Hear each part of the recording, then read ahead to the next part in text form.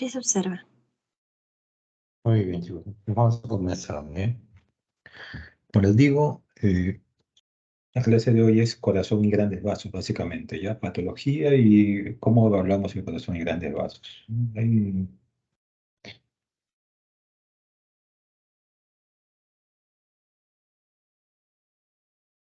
Hay algunos puntos importantes, ¿ya? Aquí. Eh, Primero, cómo yo evalúo, ¿no? Cómo evalúo el sistema cardiovascular, ¿no? Tengo varios métodos, ¿no? Primero puedo evaluarlo con una radiografía simple de tórax, ¿no? La radiografía simple de tórax me da muchos datos, ¿no? Lo que es el tamaño cardíaco, ¿no? El crecimiento de vasos, de cavidades cardíacas determinadas, ¿no? Y me orienta mucho a mí, ¿no? Es útil en ese sentido, la radiografía de tórax. El ecocardio es otro procedimiento diagnóstico, ¿no? El cual usa básicamente el cardiólogo, ¿no? Pero básicamente le habla de funcionalidad, flujos, ¿no? La tomografía, ¿no? Es un método morfológico que me permite a mí evaluar, aparte me permite evaluar flujos, ¿no? También me permite evaluar la anatomía, no solamente el corazón, ¿no? Tiene una anatomía coronaria, ¿no? Actualmente la tomografía, ¿no? Ha adquirido un rol mucho, ¿no? Con el desarrollo de equipos de mayor resolución de contraste, de mayor cortes, ¿no? De 64 cortes para arriba, ¿no? Entonces, actualmente la tomografía cardíaca abarca mucho.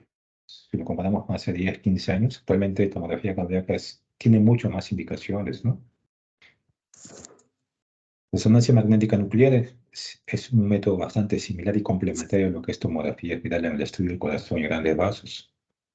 ¿Bien? Eh, lo usamos quizás como alternativa a la tomografía, en lo que es la evaluación del sistema cardiovascular. ¿Ya? Eh, Resonancia magnética, recuerden chicos que no me permite evaluar bien las calcificaciones, ¿no? Cosa que sí evalúo bastante bien con la tomografía, ¿no? Entonces, tomografía en ese sentido tiene ciertas ventajas. ¿Cuándo usaríamos un poco más resonancia magnética nuclear que tomografía? Quizás cuando yo tengo una tumoración cardíaca y quiera caracterizarlo mejor, ¿no? Entonces, tomografía, resonancia magnética me permite caracterizar el tejido, ¿no? Tejido graso, ¿no? Sangre, ¿no? O sea, tiene mayor resolución, ¿no? Para ver tejidos, en ese sentido, ¿no? En ese sentido sí se podría usar quizás ahí en esos casos, ¿no? El intervencionismo, ¿no? Por medio del cateterismo, ¿no? Realmente ya no queda, no está como un método básicamente diagnóstico, más, estamos como un método terapéutico, básicamente, ¿no? Entonces usamos diferentes métodos que les he mencionado, básicamente cocambio y tomografía, y con el cateterismo se solucionan los problemas que hubiesen, ¿no?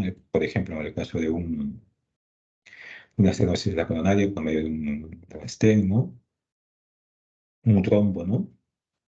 Una trombólisis, ¿no? Entonces, básicamente el cateterismo, ¿no? Ha quedado como método terapéutico, ¿no? Diagnóstico en muy contados casos, ¿no? Muy pocos casos, ¿no? La evaluación del sistema cardiovascular también lo podemos hacer por métodos de medicina nuclear, ¿ya? Hay varios métodos que nos permiten estudiar nosotros la funcionalidad, por ejemplo, ¿no? El corazón, ¿no? Y estudios de perfusión, ¿no? Para ver estudios de isquemia en los cuales se evalúa bastante bien lo que es el metabolismo del corazón, ¿no? Es decir, las exigencias de este ante el esfuerzo, ¿no? Y permitir el diagnóstico de, por ejemplo, eventos coronarios o pacientes con riesgo de isquemia, ¿no? Entonces, la medicina nuclear se utiliza en ese sentido, ¿no? Entonces, si se dan cuenta, tenemos varios métodos para evaluar lo que es el sistema cardiovascular, ¿no? Desde una simple radiografía de tórax hasta los de medicina nuclear e intervencionismo, ¿no? Como el cateterismo en este caso. ¿Ok? Como les dije, ¿no? Estos tres métodos, ecocardio, cardio-TC y cardioresonancia, me permiten evaluar la morfología, ¿no? Pero también, ¿no? La funcionalidad, ¿no? Es decir, fracción de eyección, ¿no? Los volúmenes, ¿no? De las cavidades, ¿no? Aurículas, ventrículos, ¿no? Ya, en ese sentido, ecocardio es muy bueno, ¿no? Muy bueno evaluando esto. Evaluando la morfología, cardiotomografía y resonancia son superiores a ecocardio, ¿ya? Evaluando la morfología, ¿no? Es decir, evaluando las arterias coronarias, ¿no? Las cavidades, ¿no? El en sí, ¿no? Entonces, en ese sentido, cardio-OTC y cardio-resonancia lleva una ventaja al ecocable, ¿no?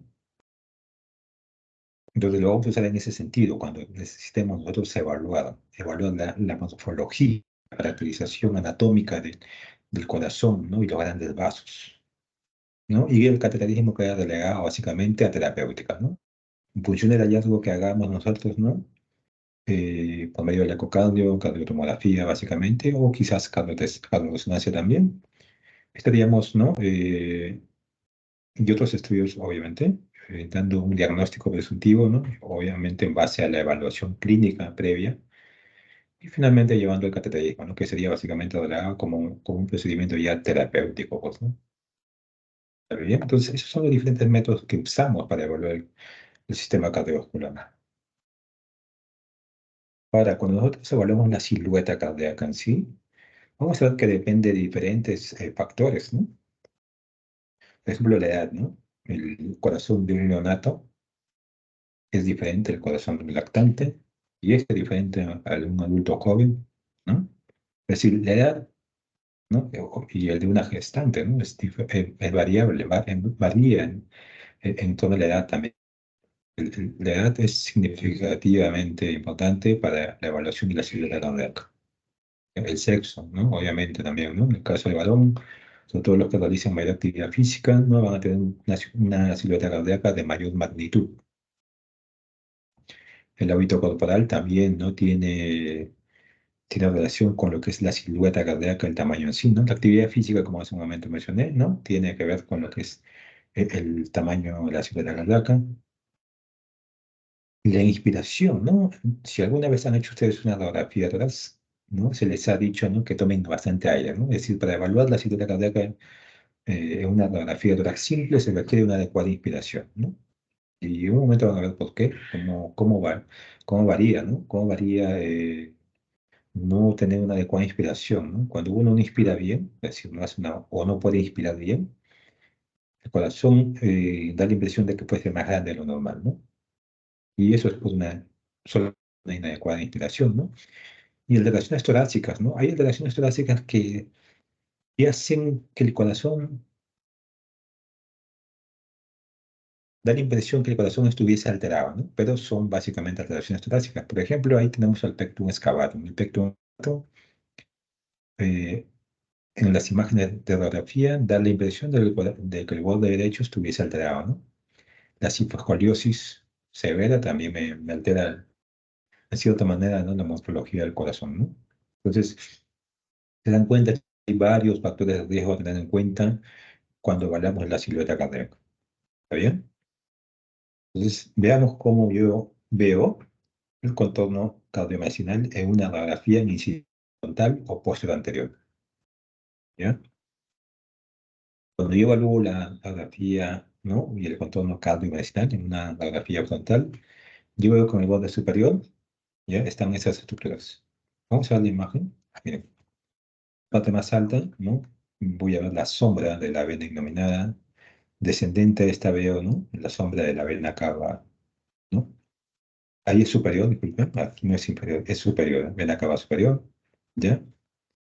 Y la aurícula derecha, ¿no? ¿No? En esta radiografía frontal, en el borde derecho de la silueta cardiomediastinal, veo estas tres estructuras, ¿no? De arriba abajo, la vena encaminada, la vena cava superior y la aurícula derecha, ¿ya? En el lado izquierdo, en la parte más alta, voy a ver el arco óptico, está aquí. Esto descendente hacia abajo, la arteria pulmonar, ¿no?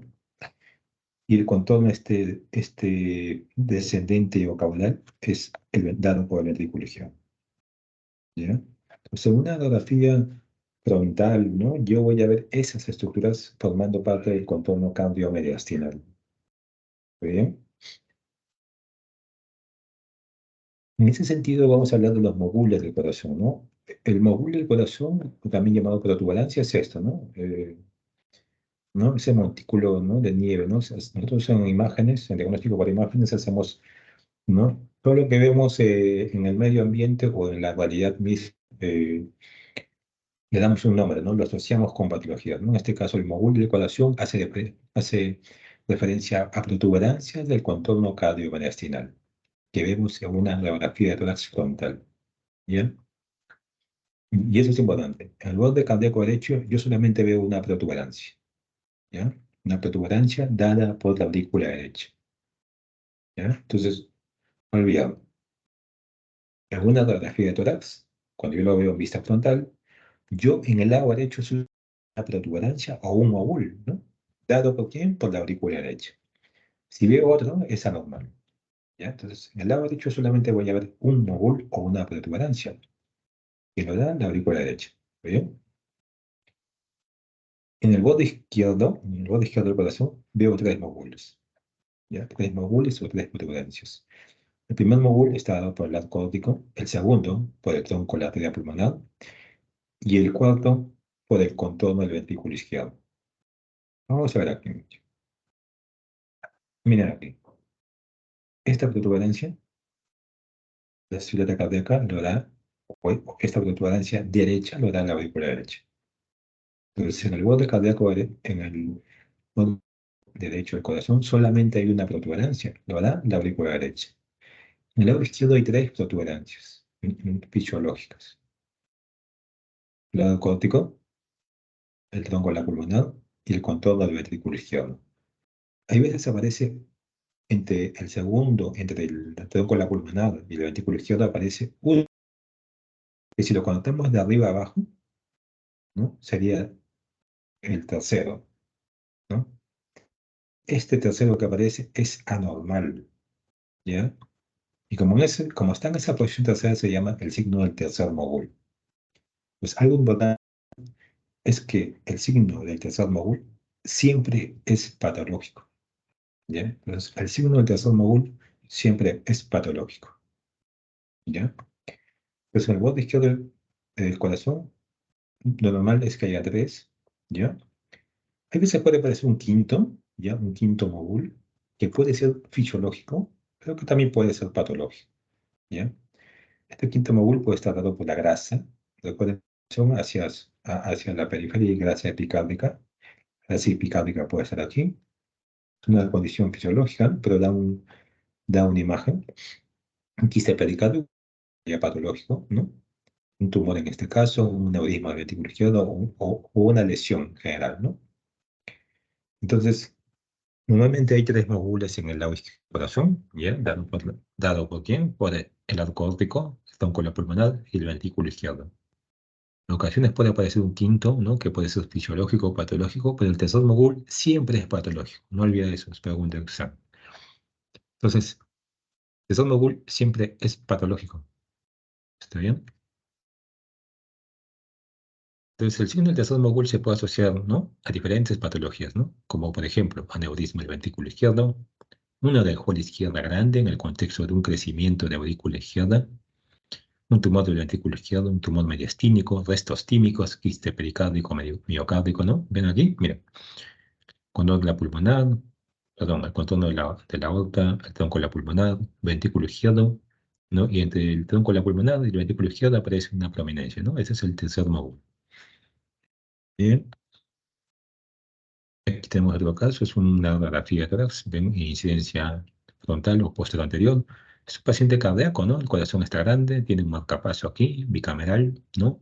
Mediastino ensanchado, miren este contorno de la aorta, el cono de la pulmonar, el ventrículo izquierdo, y entre el cono de la pulmonar y el ventrículo izquierdo aparece una protuberancia, ¿no? Del tercer mogul, el cual les he dicho que siempre es patológico, ¿ya?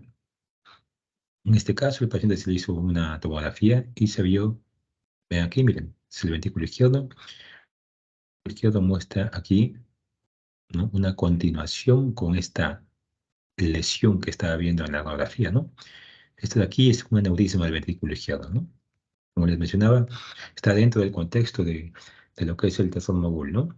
Entonces, no olvidar, chicos, el tercer mogul patológico siempre. ¿Está bien? Entonces, recapitulando, en el borde derecho del corazón solamente tengo un mogul dado por la aurícula izquierda, en el lado izquierdo tengo tres, ¿no? De arriba a abajo está dado por el arco aórtico, el tronco de la pulmonar y el contorno del ventrículo izquierdo. A veces aparece uno muy descendente, que es el quinto mogul, que puede ser fisiológico o patológico, pero el tercer mogul siempre es patológico. No olvides eso. Pues, a ver, lo que yo también puedo ver es una radiografía en vista lateral, ¿no? En vista lateral. Y aquí salen varios conceptos que siempre se preguntan, ¿no? En los exámenes de internado o accidentado, ¿no? Eh, ¿Quién da el borde anterior del corazón? Esa es una pregunta que se hace, ¿no? Se hace correlativa frecuente. Informa el borde anterior de la silueta cardíaca, el ventrículo derecho. ¿Ya? Informa el borde posterior del corazón. Miren, la mayor parte lo da la aurícula izquierda. Si ustedes le preguntan, ¿no? ¿Quién forma el borde posterior del corazón? ¿Ya? La mayor parte lo da la aurícula izquierda. Y en menor magnitud hacia, ¿no? O sea, la aurícula izquierda ocupa casi toda la parte posterior, pero sobre todo la parte media y superior, ¿no? La parte más inferior lo ocupa el ventrículo izquierdo y la vena cava superior. Entonces, ¿quién da la mayor del contorno posterior del corazón? La aurícula izquierda. Usted le pregunta quién da el contorno posterior del corazón y si aparece aurícula izquierda, esa es la respuesta. ¿Ya? Porque el ventrículo izquierdo y vena lo dan en menor medida. Pero hacia el borde anterior sí el ventrículo derecho. Entonces, miremos la gráfica. Esta es una radiografía en incidencia lateral, ¿no? Donde ustedes van a ver esta parte más anterior del corazón. Aquí está el ventrículo derecho. Y esta parte posterior es la aurícula izquierda. La mayor parte de todo esto es la aurícula izquierda. Hacia la porción más inferior está el ventrículo izquierdo. Y algo de vena cava inferior. Básicamente, quien da la mayor parte del borde posterior del corazón es la aurícula izquierda. Mira, eso es pregunta de examen. ¿Ya? Pregunta de examen. Muchas veces, incluso cuando nosotros vemos un crecimiento, ¿no? Significativo de la aurícula izquierda, recuerden que la aurícula izquierda, ¿no? Está en la parte posterior del corazón y hacia la parte posterior está el esófago, ¿no? Muchas veces cuando hay un crecimiento de la aurícula izquierda comprime el esófago y el paciente sufre de disfagias, ¿no? La famosa disfagia cardíaca. Bien, ¿no? La parte alta, ¿no? Aorta ascendente, ¿no? La aorta ascendente, como le decía, ¿no? La parte anterior del corazón, el ventrículo derecho. La parte posterior, ¿no? En la parte más inferior, el ventrículo izquierdo, pero en la mayor parte es dado por la aurícula izquierda. No olvidar eso, chicos. ¿Ya? Preguntas. Son datos muy relevantes, ¿no? A tener en cuenta, ¿no? Son relevantes porque cuando veamos más adelante el crecimiento se van a dar cuenta que sabiendo quién está hacia el borde anterior, hacia el borde posterior, ustedes pueden deducir lo que es lo que pueden predecir los hallazgos que van a encontrar en las imágenes. ¿Ya? Nosotros también cuando estamos evaluando una radiografía valoramos el tamaño del corazón o el llamado índice cardiotorácico, ¿no? Que es dado básicamente por dos medidas, ¿no? ¿No? Es midiendo el diámetro transverso máximo del corazón y otro midiendo el diámetro transverso máximo de la caja torácica, pero en su base. ¿Ya? Entonces, medimos este diámetro transverso máximo del corazón sobre el diámetro transverso máximo de la caja torácica en la base y nos da un índice cardiotorácico que normalmente es menos de 0,5 en un paciente adulto normal. Adulto joven, ¿no? Ustedes jóvenes, igual, ¿no? En el caso de un paciente neonato es mucho más, ¿no? Hasta 0,6 puede llegar, ¿no? Entonces, como le dije hace un momento, el tamaño del corazón depende, ¿no? De la edad, ¿no? O sea, es un dato importante. Entonces, aquí miren una radiografía, cómo sacamos el índice cardiotorácico, ¿ven? El diámetro de la ciudad cardíaca, diámetro máximo, el diámetro máximo eh, del tórax en su base, ¿no? Entonces, yo hago un cociente de este sobre este y el índice tiene que salir menos de 0,5, ¿no? Para que sea normal. Entonces, tengo aquí dos casos en el cual, ¿no? Si yo comparo la silueta cardíaca con respecto a la caja torácica, es mucho menor, ¿no? Obviamente, eso es mucho menor de 0,5, estará en 0,35, 0,4, ¿no? En contraparte con esta imagen inferior derecha de aquí, ¿no? Si ustedes comparan, esta silueta cardíaca está muy grande, ¿no? Si lo comparo con todo el de mi tórax, ocupa prácticamente poco más de la mitad, ¿no? Entonces, el índice cardiotorácico aquí Más de 0,5 por ende, ¿no? Es un corazón grande, pues, ¿no? Es un corazón agrandado, ¿no? Una silueta agrandada, ¿no? Este paciente, ¿no? Probablemente tenga problemas cardíacos, ¿no? Cardíacos congestivos o de otra índole, ¿no? En este caso. Bien. ¿Qué datos sí que se ven en una vista lateral? Que son datos importantes, ¿ya? Recuerden, como hemos dicho, ¿no? El que contacta al corazón, el que está en la parte más anterior, es el ventrículo derecho, en la parte posterior, la aurícula izquierda. Cuando yo veo una radiografía de tórax normal, ¿no? Y yo comparo, ¿no? El borde anterior del corazón con el externo, yo voy a ver que este borde anterior del corazón contacta el esternón en menos de un tercio. Si yo divido al esternón en tres partes iguales, el borde anterior del corazón lo contacta en menos de un tercio. Eso es lo normal, ¿ya? Eso es lo normal. No olvides ese dato que le va a servir cuando hagamos crecimiento de aurículas de cavidades, ¿ya? Y cuando yo comparo, ¿no? En una vista sagital, todo el diámetro de la caja torácica con respecto al diámetro del corazón, yo voy a ver que este del posterior del corazón ocupa menos de la mitad del diámetro de la caja torácica. Veamos una imagen. Miren aquí. Este es el esternón, ¿ya? Y este es el corazón, ¿no? Miren, el borde anterior del corazón. ¿Cuánto contacta en el esternón? Menos de un tercio, ¿no? Yo lo divido en tres. Una quinta parte será, pues, ¿no? Contacta poco. ¿No? Eso es lo normal, ¿no? Entonces tengo una silueta, una sombra retroesternal amplia, ¿eh? Si yo comparo el diámetro antero-posterior del corazón con respecto al diámetro antero-posterior de toda la caja torácica, yo veo que este diámetro antero-posterior del corazón es de la mitad de la caja torácica, ¿no? Entonces, eso es lo normal, ¿ya? Eso es lo normal. Eso es lo que tenemos que ver, ¿ya?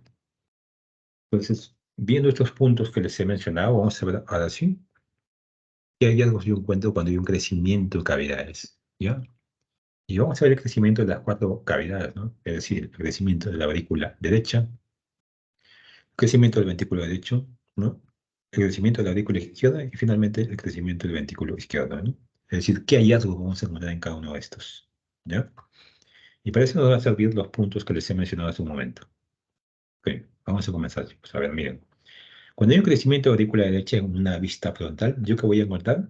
Algo sencillo, ¿no? Miren, si la aurícula derecha crece a la derecha, qué fácil, ¿no? Bastante sencillo. Entonces, el corazón se va a agrandar el corazón, va a ser una silueta cardíaca aumentada en más de 0,5, pero a expensas de su borde derecho. Cuando yo tengo un crecimiento de aurícula derecha en una radiografía en vista frontal, veo que su borde derecho se va a expandir. O sea, el corazón crece a expensas del borde derecho. Bastante sencillo, no hay ninguna, ¿no? Nada oculto en eso, ¿no? Fácil de deducir. Esa es una vista frontal. En una vista lateral, ¿qué pasa con la aurícula derecha? En una vista lateral, la aurícula derecha crece hacia adelante y crece hacia atrás. Eso es un dato importante, ¿ya? Cuando hay crecimiento de la aurícula derecha en una vista lateral, yo voy a ver que la aurícula derecha crece hacia adelante y crece hacia atrás. A ambos lados crece. ¿Está bien? Miremos entonces, a ver. Quiero que me digan aquí.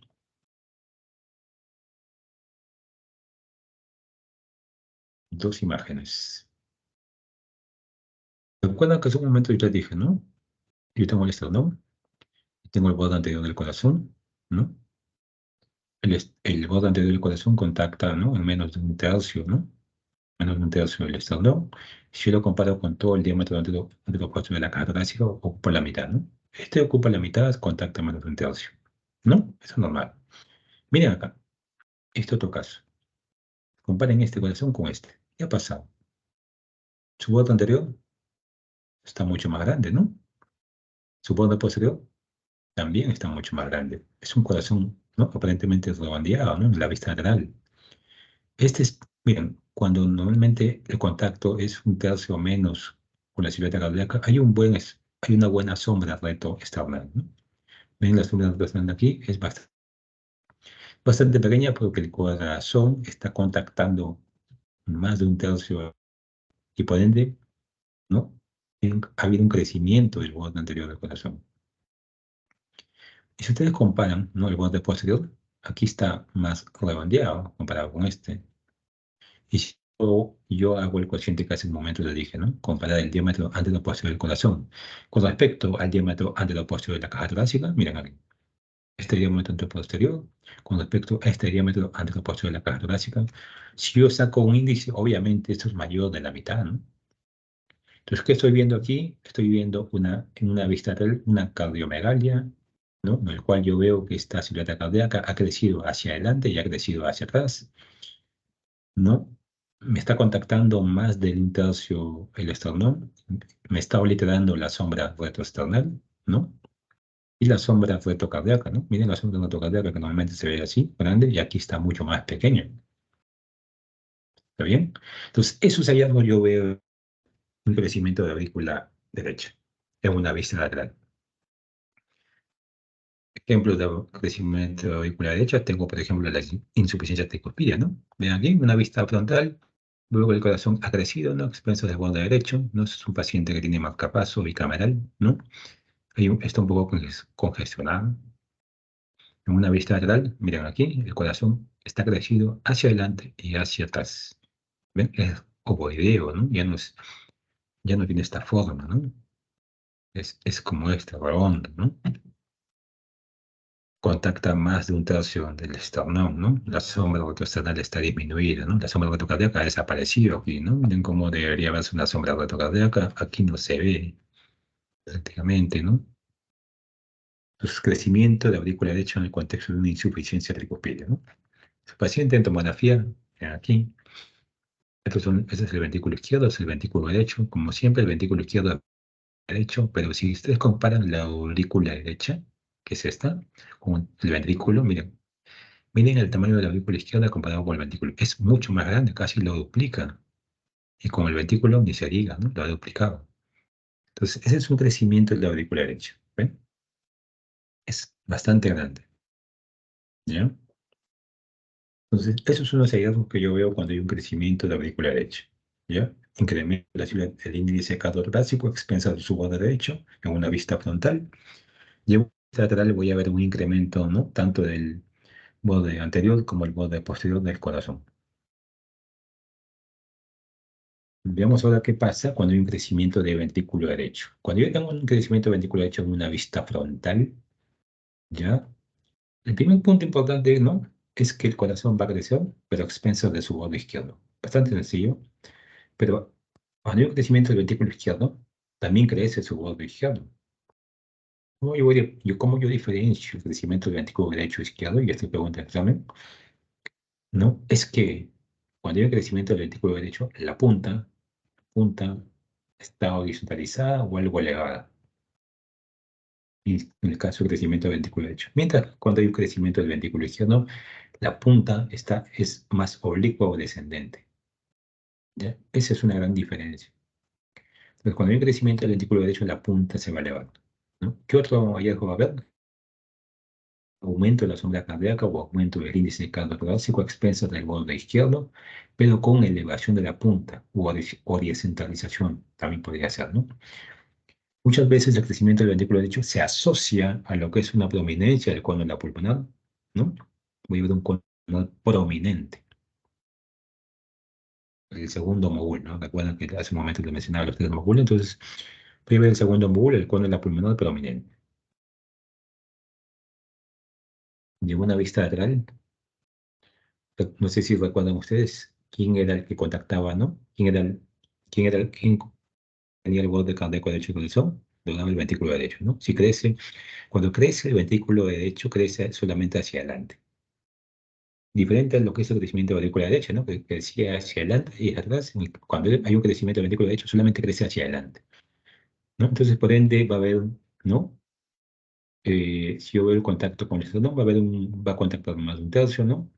Va a disminuir la sombra retroesternal, pero la sombra retrocardíaca va a estar normal, ¿ya? A diferencia de la aurícula derecha, que era diferente, ¿no?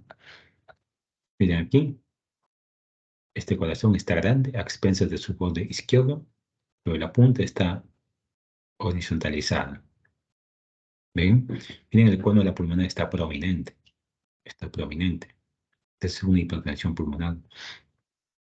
Miren en una vista lateral, ¿no? Miren el borde anterior se ha incrementado. Este es el esternón. Lo contactan casi la mitad del esternón, lo cual es anormal, es menos de un tercio. Pero miren la sombra retroesternal. Está normal, ¿no? ¿Ven? La sombra retroesternal está normal. A diferencia del crecimiento de aurícula derecha, ¿no? ¿Ven? Miren esta sombra. Está obliterada prácticamente, ¿no? ¿No? Porque la aurícula derecha crecía hacia adelante y hacia atrás y el ventrículo izquierdo solamente crece hacia adelante. ¿Ya? No olvide eso, que es importante. Muchas veces yo con una radiografía puedo saber de aurícula qué cavidad está crecida, ¿no? Y orientar, ¿no? El estudio, pues, ¿no? Esta es una tomografía en el contexto de una hipertensión pulmonar. Miren aquí, ¿no? Estas son las cavidades izquierdas, estas son las cavidades derechas. Las cavidades derechas son mucho más grandes que las cavidades izquierdas. Si ustedes comparan el ventrículo izquierdo con respecto al ventrículo derecho, veo algo anormal. El ventrículo derecho es más grande que el ventrículo izquierdo y el músculo del ventrículo izquierdo tiene mayor grosor que el ventrículo izquierdo. Lo cual es anormal, pues, ¿no? Ustedes saben que el ventrículo izquierdo tiene mayor volumen y paredes más gruesas que el ventrículo derecho. Y aquí ya hay algo anormal, ¿no? ¿Mm? Incluso con crecimiento de ventrículo derecho también, ¿no? Entonces, ese es un contexto de una hipertensión pulmonar, ¿no? Donde hay un crecimiento del ventrículo derecho. ¿Ya? Muy bien. Entonces, dejamos de lado las cavidades derechas, nos vamos a las cavidades izquierdas, en este caso el crecimiento de la aurícula izquierda. ¿Qué pasa en el crecimiento de la aurícula izquierda? El crecimiento de la aurícula izquierda voy a ver varios hallazgos, ¿ya? Varios hallazgos. Lo primero que voy a ver, miren aquí, quiero que vean primero acá. Esta es la aurícula derecha, ¿ya? La aurícula derecha me da, recuerden, les decía yo, el mogul del lado derecho, solamente había uno, ¿no? Nos daba la aurícula derecha, ¿no? ¿Recuerdan? Solo la aurícula derecha. Pero ¿qué pasa cuando la aurícula izquierda crece, ¿no? Cuando la aurícula izquierda crece, crece hacia el lado derecho y hacia el lado izquierdo. Entonces, cuando crece hacia el lado derecho, me da la impresión de que yo tengo dos arcos derechos. Voy a ver un arco derecho aquí dado por la aurícula derecha y otro arco aquí dado por la aurícula izquierda. Y eso es un signo bastante característico del crecimiento de la aurícula izquierda, ¿no? Y se presta mucho a preguntas en los exámenes.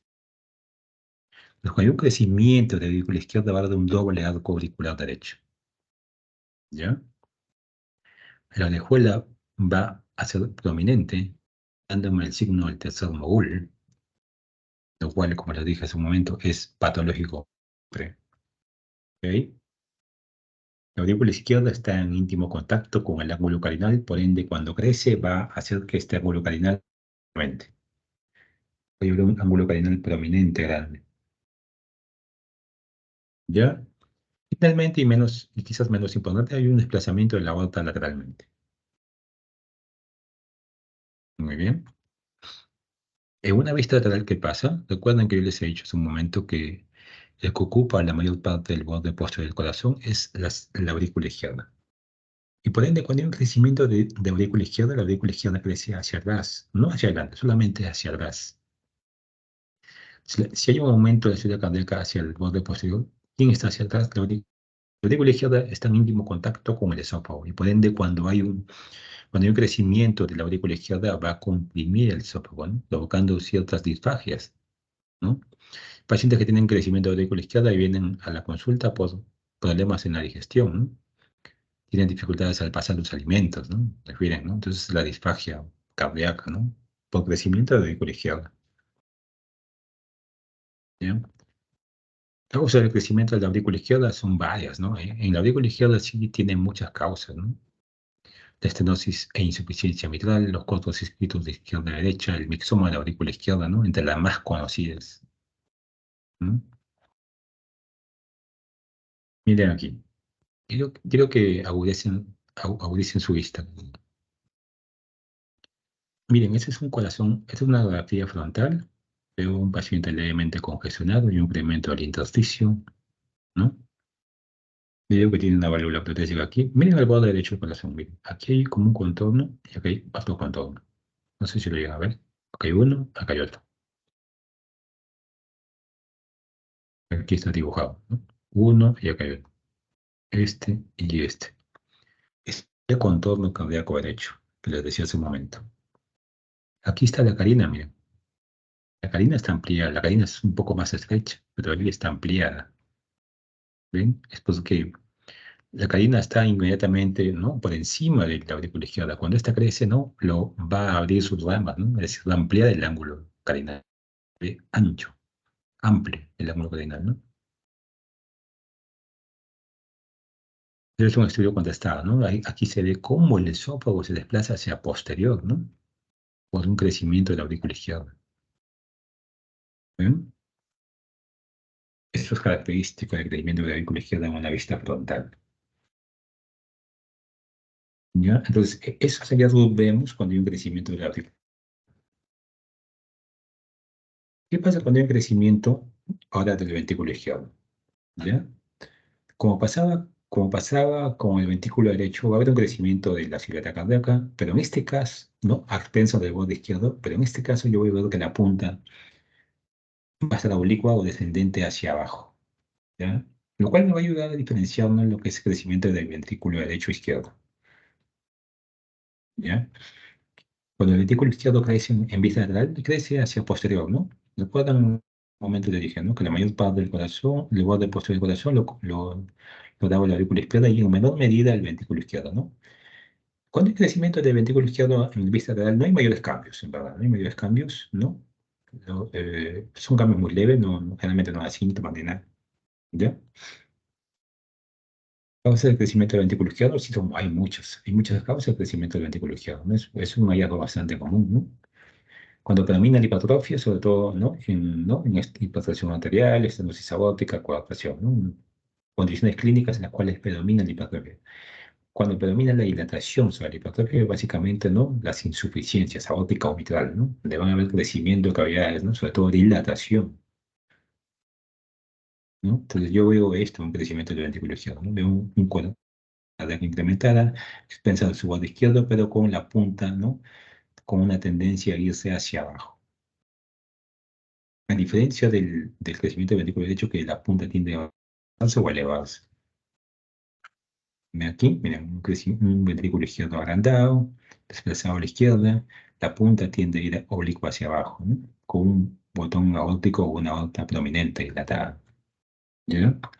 Entonces, esos son los diferentes hallazgos, creo que... ¿qué pasó?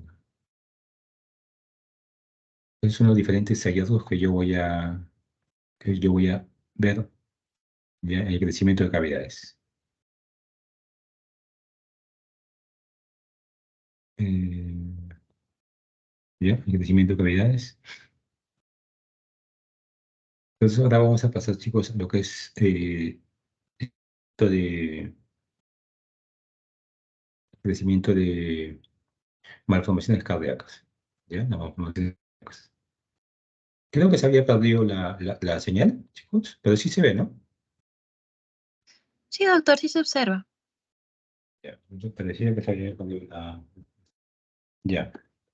En el caso de las malformaciones cardíacas, chicos, hay algunas que nos interesan, porque tienen signos característicos, ¿no?, relativamente comunes o muy característicos en la práctica clínica diaria. ¿Sí? Por ejemplo, ahí tenemos la tetralogía de Fallot, el drenaje venoso anómalo total, ¿no?, o drenaje venoso anómalo parcial también, la anomalía de Eckstein, la transposición de los grandes vasos, ¿no?, como hallazgos, ¿no?, como malformaciones cardíacas características, ¿no?, que tienen signos radiográficos muy sugestivos, ¿no? Veamos. La tetralogía de Fallot llamada así, ¿no?, porque tiene 4 hallazgos característicos, ¿no?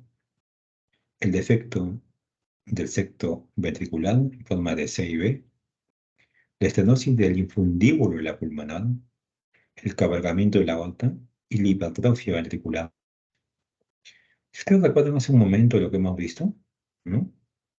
El crecimiento y hipertrofia del ventrículo derecho, ¿no?, es una condición importante para que esta tetralogía de Fallot adquiera esta deformidad en zapato sueco. Esta punta elevada ¿Ve? Esta punta elevada. No está oblicua hacia abajo, está elevada, ¿no?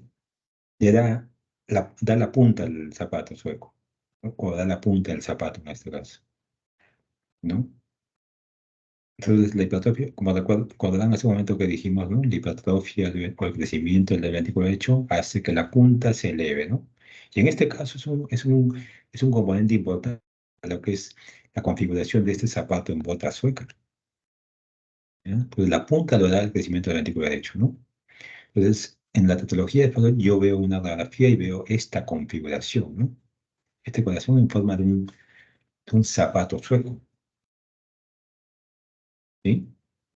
Entonces, ese es un hallazgo característico, ¿no? Y si no hubiese un crecimiento del ventrículo derecho, no tendría esta forma de zapato sueco, por la punta, básicamente, que da el crecimiento del ventrículo derecho, ¿ya? Otra anomalía, ¿no? Que vemos y que la radiografía nos ayuda mucho en lo que es la práctica clínica, ¿no? Es la anomalía de Eckstein, ¿ya? La anomalía de Eckstein, yo voy a ver ahí un corazón bastante prominente, bastante grande, ¿no? En este caso se le dice, ¿no? Corazón en forma de caja, ¿ya? Los grandes vasos como la aorta y la arteria pulmonar se ven pequeños, o aparentemente pequeños comparados con la dimensión de la silueta del corazón, ¿yo? ¿No? Aquí, ¿qué pasa en la anomalía de Einstein? La anomalía de Einstein es una anormalidad, ¿no? De las cavidades derechas, ¿no? Yo voy a ver en este caso que la válvula tricuspidia, ¿no?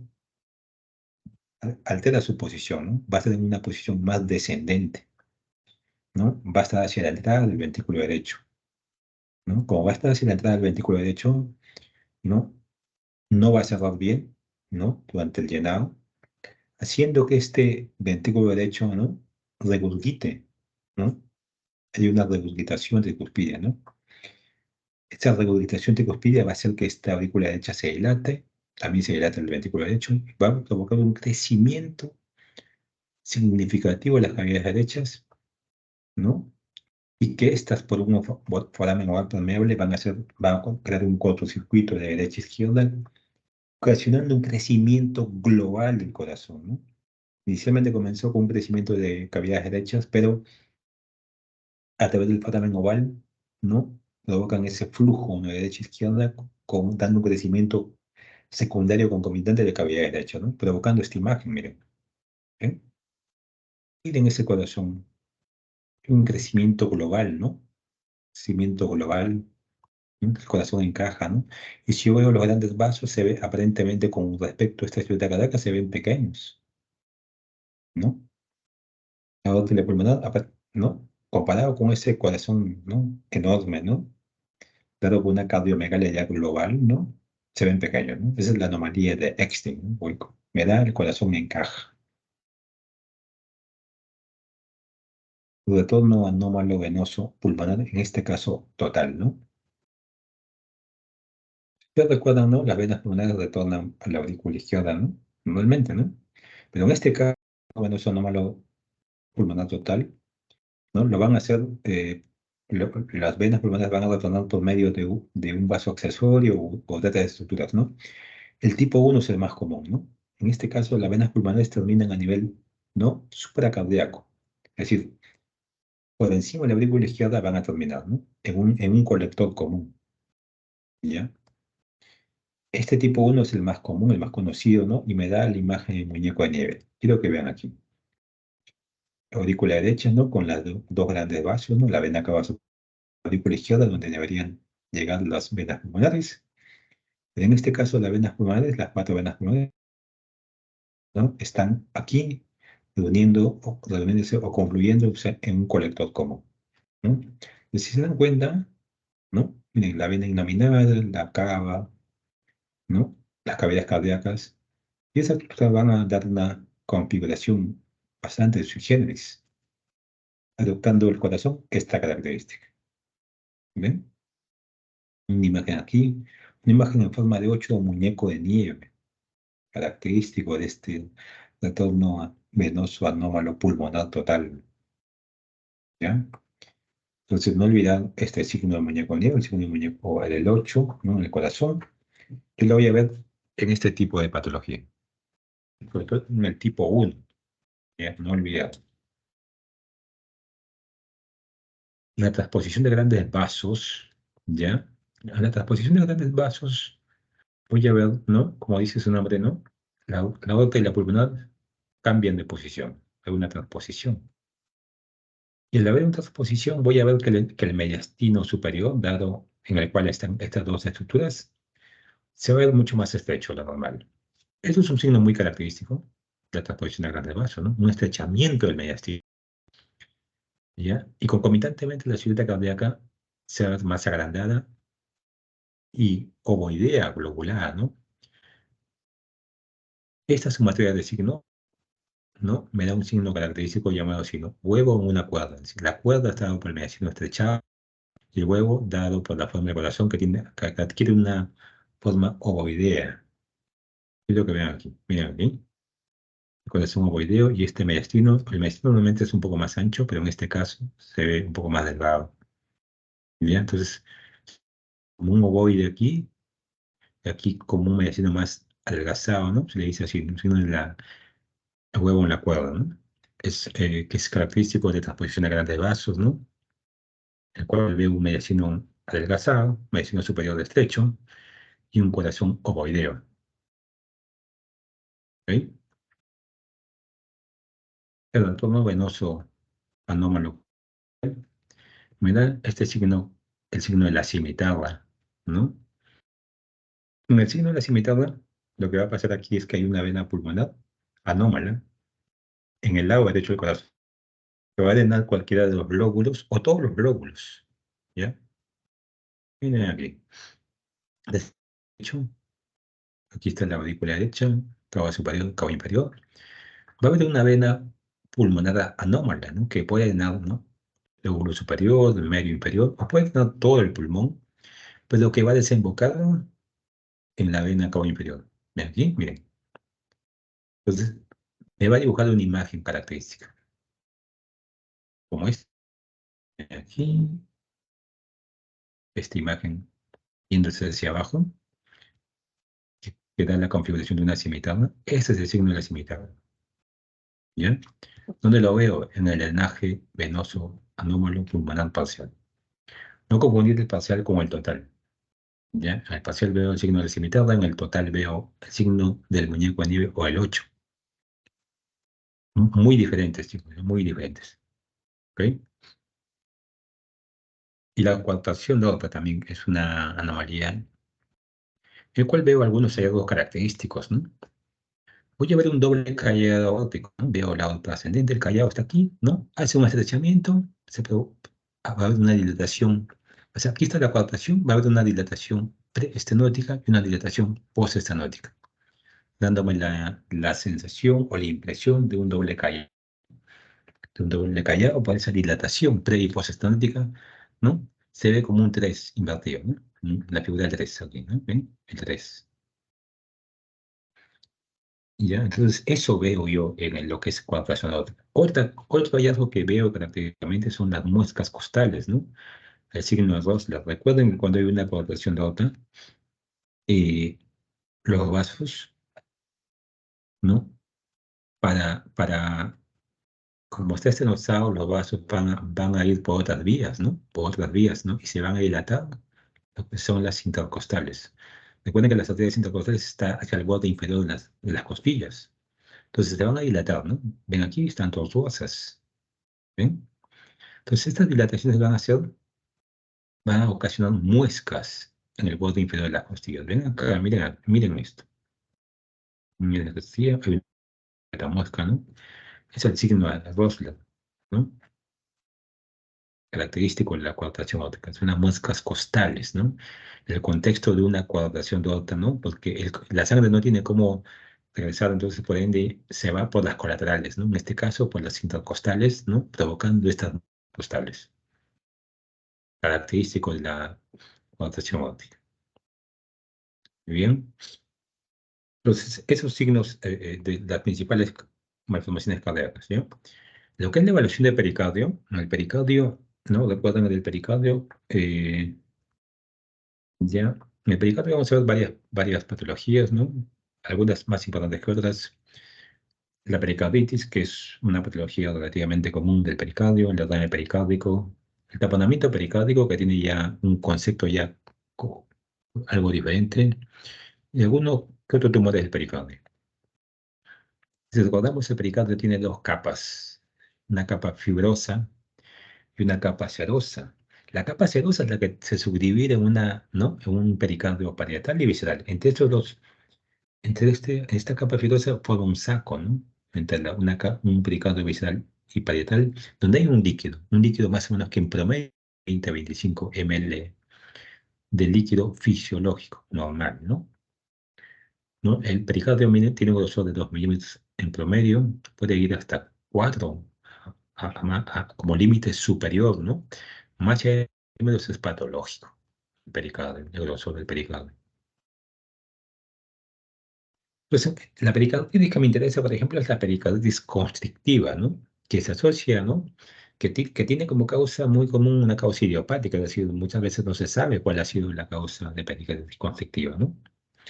O en otras ocasiones se asocia, ¿no? A tuberculosis, ¿no? A tuberculosis asociada a pericarditis constrictiva, ¿no? Entonces, si usted le preguntan, ¿no? Causa de pericarditis constrictiva en nuestro medio, ¿no? Tuberculosis, pues, ¿no? Tuberculosis, ¿ya? Una pericarditis constrictiva, ya voy a ver un contorno normal o leve rectificación del corazón. Recuerden, ¿no? Cuando es una pericarditis constrictiva, como estamos diciendo, constriñe, ¿no? Limita la expansión, limita el llenado, ¿no? O sea, limita eso, ¿no? Voy a ver una vascularización pulmonar disminuida, ¿ya? Hay una dilatación de venas sistémicas, ¿ya? Se comporta como una insuficiencia cardíaca, ¿ya? Y presencia de calcificaciones. Esa calcificación es característico de la pericarditis constrictiva, ¿ya? Veamos algunas imágenes. Miren, chicos, la radiografía posterior anterior y una lateral, donde veo aquí, esto es un paciente cardíaco, ¿no? Ha sido operado, ¿no? Ven aquí el esternón, no hay hilos metálicos de esternotomía. ¿Qué es lo que veo en la ciudad cardíaca? Aquí hay una calcificación, ¿ven? Hay una calcificación, ¿no? Cuando yo veo esta calcificación, ¿no? Yo ya tengo que ir pensando que este paciente tenga una pericarditis constrictiva, ¿ya? Y si tiene ¿no? La sintomatología que le mencionaba, ¿no? Entonces, con mucho más razón. Es una tomografía en la cual yo veo, ¿no? Mira aquí, el corazón, el pericardio, miren, el pericardio está calcificado, ¿no? Entonces, eso funciona a modo de coraza, ¿no? Entonces, atrapa el corazón, ¿no? ¿No? Entonces, es como si ustedes estuvieran, cuando inflan un globo, ¿no? Pueden inflarlo, ¿no? Pero si le ponen algo por fuera, si ponen el globo en un frasco, ¿no? Que lo limita, ya no va a poder eh, expandirse más, ¿no? Entonces, este pericarditis constrictiva provoca, como les he dicho, una falla en el llenado, ¿no? Se comporta como una insuficiencia cardíaca derecha, por les decía, ¿no? Hay un problema de llenado, ¿no? Muy bien. En el derrame pericárdico, lo que va a haber es que el corazón lo voy a ver más grande, ¿no? Va a haber un índice cardioclásico incrementado, ¿no? Porque se llena todo, ¿no? De líquido, ¿no? Recuerdan, ¿no? Que yo les había dicho que en el lado derecho hay un mogul, en el lado izquierdo hay tres mogules. Cuando hay un derrame pericárdico significativo, se pierden las curvaturas, porque todo se llena de líquido. Todo se llena de líquido y las curvaturas se pierden, ¿no? Si hay curvaturas, puedo ver dos o uno, ¿no? O sea, mientras más volumen haya, entonces voy a perder todas las curvaturas. Igual, ¿no? Igual que la pericarditis constrictiva, va a haber una vascularización pulmonar conservada o puede estar disminuida en este caso. Depende de ya qué tanto el derrame pericárdico, ¿no? La velocidad de instalación, ¿no? O el volumen de derrame pericárdico. Es un derrame pericárdico masivo, ¿no? Miren este corazón grande, ¿no? ¿Ven los mogules aquí? Miren. No veo, ¿no? No veo el cono pulmonar, no veo el arco aórtico, no veo las curvaturas. No veo las curvaturas. Veo una silueta cardíaca muy incrementada de tamaño. Obviamente son más de 0,5, será 0,7, 0,8 quizás. Este corazón ha perdido las curvaturas, está enorme, hay una dilatación global, ¿no? Ese es el signo del Barras, ¿no? un derrame pericárdico masivo, ¿no? ¿Ven saben cómo es el Martaz, ¿no? Martaz se ve convexo a la derecha, izquierda, ¿no? Sin curvaturas, ¿no? Entonces adquiere esa forma, ya no tiene los módulos. O también el signo de la cantimplora, ¿no? Es decir, ¿no? Masivo, ¿no? ¿Ven? Adquiere esa configuración. Cantimplora o botella de agua también, ¿no? El taponamiento pericárdico, cuando yo hablo de taponamiento pericárdico, ¿no? Entonces, cuando ustedes le pregunten o quieran saber si hay un taponamiento pericárdico, aquí tiene gasto cardíaco, ¿ya? O sea, si no hay deterioro gasto cardíaco, no, yo no puedo hablar de taponamiento pericárdico, ¿ya? Entonces, ¿qué es un taponamiento pericárdico? El taponamiento pericárdico resulta de una acumulación, ¿no? Una acumulación de cualquier material, ¿no? En el espacio pericárdico. Puede ser líquido, puede ser pus, puede ser sangre, puede ser gas, puede ser tejido neoplástico en el caso de un tumor. En la cavidad pericárdica, es decir, cualquier líquido o contenido que ocupe la cavidad pericárdica. Esa acumulación puede ser rápida, muy veloz, o puede ser gradual en el tiempo, ¿no? Meses, semanas, ¿no? Pero lo que sí tiene que dar para que sea taponamiento pericárdico es que tiene que haber un deterioro del gasto cardíaco, es decir, esa acumulación de la sustancia en la cavidad pericárdica va a condicionar que el corazón no tenga una fracción de eyección normal, ¿no? Es decir, su gasto cardíaco esté disminuido, ¿ya? Por eso se pone aquí diferencial del derrame pericárdico, ¿no? El derrame pericárdico solamente es la presencia de líquido en el espacio o cavidad pericárdica, ¿no? No necesariamente deterioro gasto cardíaco. Cuando hay un deterioro gasto cardíaco, sí le puede llevar un taponamiento pericárdico, más no usar ese término si no hay un deterioro del gasto cardíaco. Entonces, si se dan cuenta, este concepto es más que nada, ¿ya? Un derrame pericárdico en poca cantidad me podría hacer un taponamiento cardíaco, ¿no? Un derrame pericárdico masivo, como hemos visto en su momento, también me podría dar un taponamiento, ¿no? Es decir, si se dan cuenta, no depende mucho de la cantidad, ¿no? No depende mucho de la cantidad. Entonces vean aquí, miren esta silueta cardíaca ampliamente incrementada de tamaño, ¿no? Un ICT será de 8, ha perdido las curvaturas, ¿no? Miren aquí tomografía, ¿no? Veo bastante líquido. El corazón aquí está atrapado en ese líquido, ¿no? Probablemente no se expanda y por ende la eyección, ¿no? Es decir, la fracción de eyección esté disminuida, el gasto cardíaco disminuido, ¿no? Se acompaña acá también de derrame pleural derecho, ¿no? En esta imagen tomográfica. Entonces, no olviden y diferenciar ese concepto de taponamiento pericárdico. Muchas veces lo preguntan y uno lo confunde con un derrame pleural, perdón, un derrame pericárdico masivo, ¿no? No es lo mismo, no es lo mismo. Cuando ustedes le pongan, ¿no? Un derrame pericárdico que condiciona el deterioro del gasto cardíaco, ese es taponamiento pericárdico. Ese es taponamiento pericárdico. Pero si no está esa palabra de deterioro del gasto cardíaco, no es un taponamiento. ¿Está bien? Causa de derrame pericárdico y taponamiento cardíaco. Etiología, las neoplasias, sí, las neoplasias, ¿no? El pericardio es un lugar donde pueden asentar neoplasias. Básicamente es secundaria metástasis, ¿no? Una metástasis de un cáncer de pulmón, ¿no? Sobre todo el cáncer de pulmón, ¿no? Que es el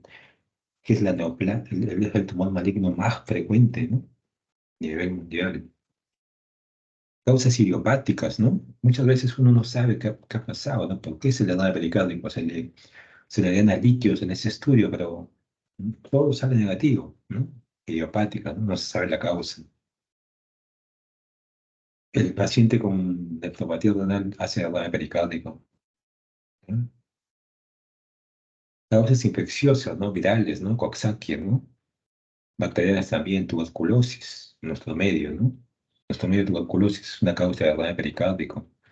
Antes se veía mucho más taponamiento cardíaco, pericardio activa, ¿no? Antes se veía mucho más. Un trauma quirúrgico también, cerrar el pericardio, obviamente, ¿no? Estas tres son las más comunes, ¿ya? Son las más comunes. Y lo que es tumores del pericardio, ¿ya? Después del pericardio hay algunos que hay que resaltar, ¿no? Dentro de esto, los quistes, ¿no? Son bastante comunes. Los tumores propiamente dichos, ¿no? Es decir, aquellos que se originan de este tejido pericárdico son mucho menos frecuentes. Diferenciadas de las acumulaciones, a veces hay acumulaciones de grasa a ese nivel, ¿no? Que en una radiografía de tórax podría parecer que es un tumor, y cuando le hacen una tomografía es grasa, ¿no? Dentro de ellos, quizás el más significativo que vamos a ver, ¿no? Estos tumores del pericardio lo que hacen como signo característico es que alteran el contorno del pericardio, alteran el contorno. Es más común, ¿no? ¿Me hago causar un deterioro funcional? No, no me causa un deterioro funcional. El paciente está normal. Más bien lo contamos nosotros como un hallazgo, ¿no? El paciente se le está estudiando por otra cosa, se hace una imagen radiográfica o tomográfica, se encuentra que no hay un tumor en el pericardio, ¿no? O a menos que sea muy grande, ¿no? Cuando es muy grande sí ya puede causar síntomas, pero básicamente por compresión mecánica. Miren aquí, miren la ciudad cardíaca y miren aquí una gran masa, ¿no? En el ángulo cardiofrénico. Miren el ángulo cardiofrénico izquierdo y el derecho. Está ocupado por la gran masa, ¿no? Esta gran masa aquí ocupando esta zona que es de bordes bien definidos, que en vista real se ve así, es esta. En tomo se ve así, ¿no? Este es un quiste, pues, es un quiste, ¿no? Nosotros sacamos las unidades Hansfield, medimos y tiene densidad líquida, por ende es un quiste, pues, ¿no? Entonces, el quiste es un diagnóstico bastante sencillo de hacer en imágenes tomográficas, ¿ya?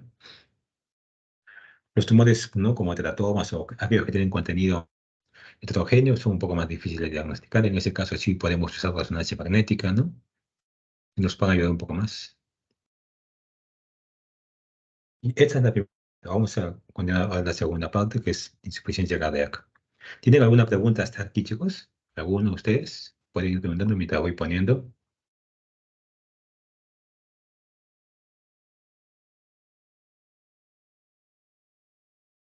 Ninguna.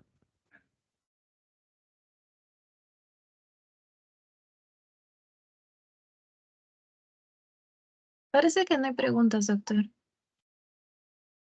Ok, chicos. Parece que no hay preguntas.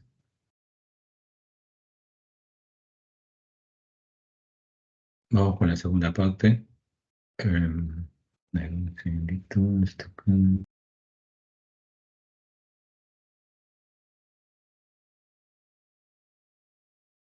Ok, vamos a hacer la segunda parte.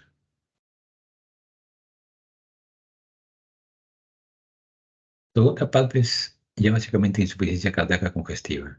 ¿Ya? ¿Cómo? Este es un tema muy importante porque ustedes, cuando sean internos residentes, ¿no? Y vean este tipo de pacientes que tienen insuficiencia cardíaca congestiva, que son muchos, son bastantes pacientes que padecen esta patología, la insuficiencia cardíaca, van a la emergencia, ¿no? Van a la emergencia con mucha frecuencia, ¿no? Pues ustedes se van a enfrentar a este tipo de pacientes en la emergencia, sean internos, residentes y asistentes, ¿no? Si se dedican a la parte de medicina interna, ¿no? En general, ¿no? O sea, como cardiólogos, neumólogos, ¿no? De cualquier especialidad, se van a enfrentar a este tipo de pacientes, ¿no? Entonces aquí la imagen radiográfica, en un paciente con insuficiencia cardíaca no usamos mucho tomografía, ¿no? O sea, no es se usa mucho, lo que se usa mucho más es la radiografía. De inicio, ¿no? Usamos tomografía ya cuando es un paciente complicado, ¿no? Cuando queremos ver por qué no mejora, ¿no? ¿No? Pero básicamente las imágenes iniciales son radiográficas. Las de seguimiento son radiográficas. Entonces, este tipo de pacientes me interesan mucho más, que sepan, que sepan qué signo yo veo en una radiografía. Primero, como ustedes ya saben, ¿no? Por sus clases de semiología, ¿no? Medicina interna creo que están llevando, o semiología, ¿no? Hay dos grandes tipos de insuficiencia cardíaca, ¿no? La fisiopatología es totalmente diferente. El caso de insuficiencia cardíaca, básicamente por la izquierda, ¿no? Es por gasto cardíaco bajo, ¿no? Sobre todo tres causas importantes a detallar, ¿no? La hipertensiva, ¿no? La presión arterial es una patología muy frecuente en nuestro medio, ¿no? Y a nivel mundial. La causa isquémica, es decir, pacientes que sufren, ¿no? Eventos cardíacos coronarios, ¿no? ¿No? Anginas estables, inestables, ¿no? Infartos, ¿no? Los pacientes, ¿no? A la larga hacen insuficiencia cardíacas izquierdas.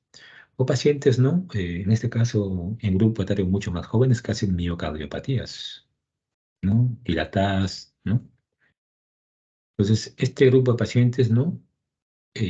Hacen insuficiencia cardíaca, básicamente, ¿no? En la insuficiencia cardíaca lo que va a pasar, ¿ya? Lo que va a pasar es que las venas pulmonares, ¿ya? Va a haber un incremento de la presión venosa pulmonar, ¿no? Las venas pulmonares van al haber un aumento de la presión de la venosa pulmonar, va a hacer que estas venas filtren líquido hacia el intersticio pulmonar, ¿no? O sea, en el intersticio pulmonar va a haber líquido que se filtra, porque la presión venosa pulmonar va a ser mayor, ¿no? Es mucha presión y por ende va a provocar una filtración de líquido hacia el intersticio inicialmente, ¿no? En el intersticio hay linfáticos que van a hacer que este líquido, ¿no? Que se filtra, sea removido, ¿no? Controlando esa fuga de líquido, se controla inicialmente, ¿no? Pero va a haber un momento que ya no va a poder, ¿no? Y va a progresar a la siguiente fase, que es un líquido ya no en el intersticio, sino en los alveolos, ¿no? Provocando el edema pulmonar, ¿no? Y es allí, aquí el paciente que ya comienza con síntomas y aquí es cuando el paciente está grave, ¿no? Requiere hospitalización, ¿no? Requiere manejo ya en cuidados intermedios intensivos, ¿no? Entonces, esa es la insuficiencia cardíaca izquierda, ¿no? En el caso de insuficiencia cardíaca derecha, ¿ya? Las cosas básicamente son una insuficiencia cardíaca izquierda de larga data o una enfermedad pulmonar, ¿no? El cor pulmonale, ¿ya? A diferencia de lo que es insuficiencia cardíaca izquierda, ¿ya? Aquí va a haber un incremento de la presión sistémica venosa, ¿no? En el caso, en el izquierdo, hay un incremento de la presión venosa pulmonar. En el caso derecho va a ser un incremento de presión venosa, pero sistémica, ¿no? Al haber eso igual, una extravasación de líquido, pero ya no al intersticio pulmonar, sino al intersticio, ¿no? Al intersticio de los órganos, ¿no? El intersticio de los órganos, por ejemplo, ¿no? Puede haber el intersticio del hígado, ¿no? Provocando una hepatomegalia, ¿no? Al tejido graso, provocando edemas, ¿no? Las venas, ¿no? Ustedes mismos lo han visto, ¿no? La irritación yugular, ¿no? Ese tipo de congestiones, ¿no? Puede haber edema en tejidos dependientes y vísceras, ¿no? Los hallazgos van a ser diferentes, ¿ya? Van a ser diferentes, ¿ya? Lo que más vemos es esto, insuficiencia cardíaca, ¿no? Y este es lo que vamos a ver, ¿no? Es el paciente que va a la emergencia, ¿no? Con dificultad respiratoria, ¿no? Ustedes están de guardia, sábado, medianoche llega este paciente, ¿no? Con tos, ¿no? Que no pueden dormir, ¿no? ¿No? Que les falta el aire, ¿no? Tosiendo, ¿no? Hay veces pueden venir si tienen oxígeno, ¿no? Con oxígeno, ¿no? Son pacientes muy frecuentes en la emergencia, ¿ok? Entonces vamos a ver. Entonces lo que vamos a ver es insuficiencia cardíaca izquierda, básicamente, ¿ya? Entonces en insuficiencia cardíaca izquierda yo voy a ver diferentes hallazgos radiográficos, ¿no? Diferentes hallazgos radiográficos, ¿ya? La insuficiencia cardíaca congestiva la puedo graduar en 3 grados, ¿ya? En función de los hallazgos de imagen que yo voy a encontrar, ¿ya? Y en función también ¿no? En cada uno de estos grados va a haber una diferente presión capilar pulmonar en cuña, ¿no? Miren, cuando mayor es esta presión capilar pulmonar en cuña, los hallazgos van a ser de mayor severidad, ¿no? Entonces va a haber un grado 1, ya va a haber una insuficiencia cardíaca grado 1, en el cual yo voy a ver una redistribución de flujos, Un examen muy común, ¿verdad? Muy recurrente, esta redistribución de flujos, ¿no? Ese grado inicial, ¿no? ¿Qué voy a ver aquí, chicos? ¿Qué es lo que voy a ver acá? Primero lo que voy a ver es que lo primero que va a aparecer es que el pedículo, el mediastino, se va a ensanchar. Yo tengo un ensanchamiento del mediastino, pedículo vascular amplio. El corazón se va a agrandar, ¿no? Si ustedes le sacan el índice cardiotorácico, van a ver un corazón agrandado, ¿no? Y va a haber una redistribución, ¿no? De flujo o la vascularidad a nivel de la vascularidad pulmonar. Esto lo vamos a ver de forma más detallada ahora, en un momento, ¿no? Eso es en el grado 1. En el grado 2 ya hay, como le dije, ¿no? Acá hay un incremento de la presión venosa pulmonar y con una extravasación, ¿no? Con una extravasación a lo que es el intersticio, ¿no? Entonces el intersticio se va a ver engrosado, ¿no? Ahí voy a ver las famosas líneas sectales, antiguamente llamadas líneas de Kerley, ¿no? ¿No? Aquí, ¿no? Por ejemplo, aquí las voy a ver, ¿no? En la inferior y lateral de los pulmones, ¿no? Hacia zona voy a ver las líneas sectales o de Kerley inicialmente, porque luego se van a hacer difusas. Pero inicialmente las voy a ver aquí. Voy a ver un engrosamiento peribronquial, es decir, los bronquios los voy a ver gruesos, ¿no? El hilio pulmonar lo voy a ver ancho, engrosado, ¿no? Voy a tener un bordamiento de los contornos vasculares, es decir, el hilo ancho, grueso, lo voy a ver de bordes difuminados, mal definidos, bordados, ¿no? La cisura, ¿no? Interlobar va a estar engrosada, ¿no? Entonces, esos hallazgos yo veo en el grado 2 cuando hay un edema intersticial. Ya cuando llega al grado 3 significa que el sistema linfático no ha podido compensar este edema intersticial, ¿no? Y por ende me voy a este grado que es más severo, ¿ya? Entonces aquí ya hay edema alveolar, ¿no? Inicialmente edema del intersticio, pero ya en el grado 3, en el más severo, hay un edema del alveolo. Aquí voy a ver las consolidaciones, ¿no? Las famosas consolidaciones peribronquiales o en alas de mariposa, ¿no? ¿Recuerdan ustedes qué es una consolidación cuando vieron, ¿no? Es una radiopacidad heterogénea de bordes mal definidos, ¿no? Que tiene broncograma aéreo, que puede no tener broncograma aéreo, ¿no? Que se hace coalescente en el tiempo, ¿no? En este bronquial, ¿no? O en alas de mariposa, bastante característico, ¿no? También van a aparecer opacidades en vidrio ilustrado, esto sobre todo en tomografía, ¿no? Y va a aparecer la efusión pleural. ¿Sí? Va a aparecer la efusión pleural. Se dan cuenta, son una serie de hallazgos, ¿no? ¿No? Que voy a ver yo en insuficiencia cardíaca, ¿no? Y esos hallazgos, cuando yo los reconozco en una imagen radiográfica, yo voy a poder valorar la gravedad de este paciente, ¿no? Pues muchas veces este paciente llega a la emergencia, ¿no? Con disnea, ¿no? Estos pacientes generalmente son cardíacos, ¿no? O sea, tienen alguna dolencia crónica, ¿no? Por ejemplo, el paciente viene y dice, ¿no? Yo tengo una válvula protésica, ¿no? O me han operado del corazón, ¿no? O he tenido un infarto hace años, ¿no? O que toman algún medicamento para el corazón, ¿no? Entonces ya ustedes ya en ese contexto se imaginan que este paciente pueda estar sufriendo de una insuficiencia cardíaca congestiva, ¿no? Entonces le piden una imagen radiográfica, entonces ven muchos hallazgos. El poder interpretar esos hallazgos les va a servir a ustedes de mucho para poder graduar al paciente, ¿no? Y obviamente con la evaluación clínica, ¿no? El estetoscopio, ¿no? La inspección, todo esto. Entonces van a poder hacer un buen diagnóstico y por ende derivar al paciente, ¿no? Para darle un mejor soporte clínico en este caso, ¿ya? Algo que hay que recordar es que estos grados no siempre, ¿no? No siempre es que vaya de uno, luego 2, luego 3, ¿no? Hay veces va de 1 a 3, ¿no? Hay veces 3 de frente, hay veces 2. O sea, no es que sea secuencial esto. En la práctica clínica no es secuencial, no es que uno va a pasar al 2, luego al 3. No, no, eso no pasa, ¿no? No pasa así, ¿no? No es que sea secuencial, ¿no? No es lo común. Podría ser, pero no es lo común, ¿ya? Luego vamos a ver los hallazgos, ¿ya? Esta es una página si quieren profundizar mucho más, ¿ya? Todas las imágenes que les voy a mostrar son de esta página, ¿ya? También dedicada a insuficiencia cardíaca, ¿ya? Aquí están todos los hallazgos que vamos a ver, dependiendo de cada fase, ¿ya? Entonces vamos a comenzar, chicos, vamos a comenzar a ver. La primera fase les había dicho que era la redistribución de flujo, ¿no? Entonces, ¿qué es la redistribución? ¿No? ¿Qué voy a ver ahí, no?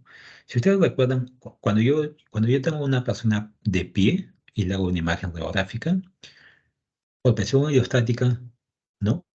Los vasos, los vasos del pulmón que están en la base, o sea, en el tercio inferior, tienen más, tienen más flujo y por eso el calibre va a ser mayor, ¿no?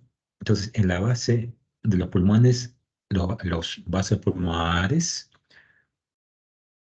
son en mayor número y más prominentes. Si yo los comparo con los de la región superior. Entonces, normalmente en la región superior hay pocos vasos, ¿no? Y de menor calibre, mientras que en la base hay más vasos y de mayor calibre. Eso es lo normal. ¿Qué pasa si en la parte superior aumentan los vasos y aumenta el calibre, llegando incluso a igualar los de la base? Eso es redistribución de flujo. ¿Ya? Esa es redistribución de flujo, es decir, el flujo que normalmente era mayor en las bases, ahora se está redistribuyendo hacia el flujo sanguíneo superior, lo cual no es normal, ¿no? Hay una redistribución desde los lóbulos inferiores a los lóbulos superiores, ¿no? Entonces, eso es la redistribución de flujos, ¿no? ¿Y cómo yo lo puedo ver en una imagen gráfica? Lo puedo evaluar por la relación vaso-bronquio, ¿ya? O por una distensión de los vasos, de los ápices, igual al calibre de las bases. Vamos a ver imágenes para que quede más claro. Miren aquí, esta es una radiografía normal. Miren, acá señala la región apical, región superior, miren ahí, vasos delgados, pocos vasos, ¿no? Aquí en la base, miren, un vaso mucho más grande. Quiero comparar esta imagen con esta otra imagen. Miren estos vasos, comparamos al mismo paciente. Los vasos aquí están mucho más prominentes, ¿no? ¿Qué es? Son vasos más grandes, más prominentes, parece que hay más vasos, ¿no?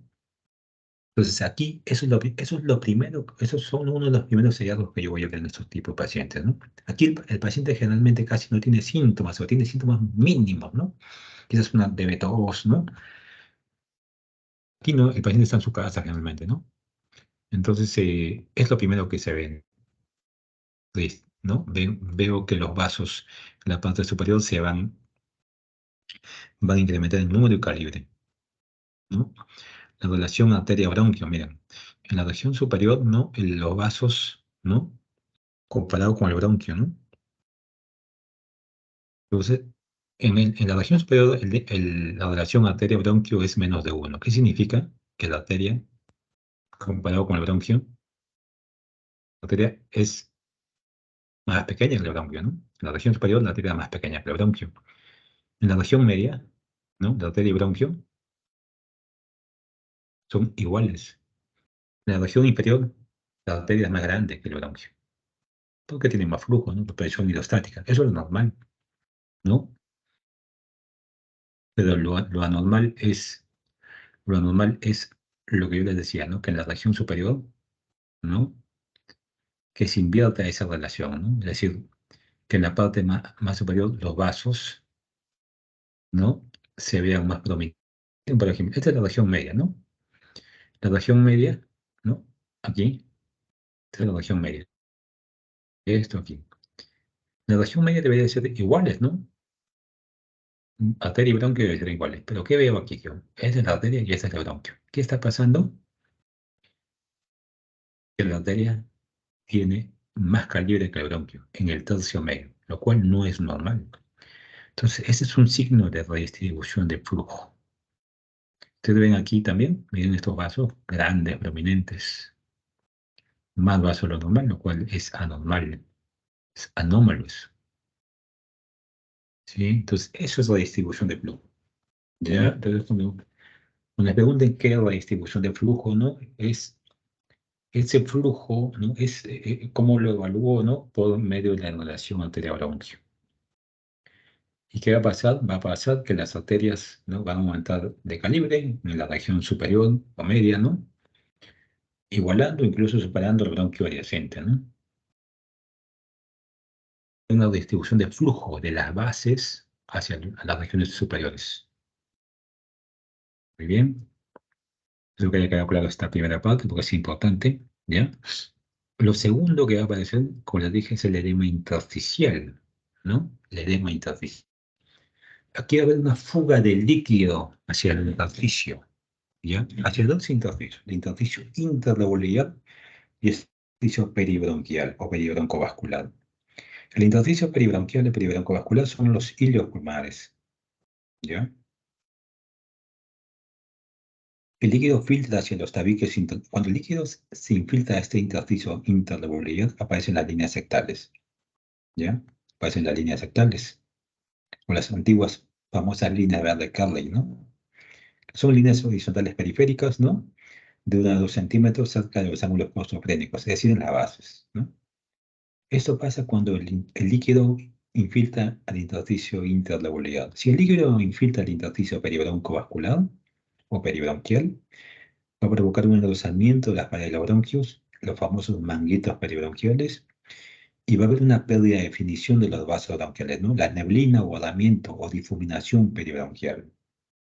Entonces, cuando el líquido infiltra el intersticio peribroncovascular, voy a ver un hilio pulmonar grande, bastante grande y de contornos difuminados, mal definidos. ¿Ya? Entonces, veamos, a ver, miren aquí. Voy a poner zoom. Este es uno normal. ¿Ven? Si ustedes ven aquí, esta región inferior y lateral de este pulmón, no veo mayor cosa, ¿no? Ahora veamos este paciente que ya tiene cierto grado de congestión. Hay unas líneas perpendiculares de disposición paralela, horizontales a esta región.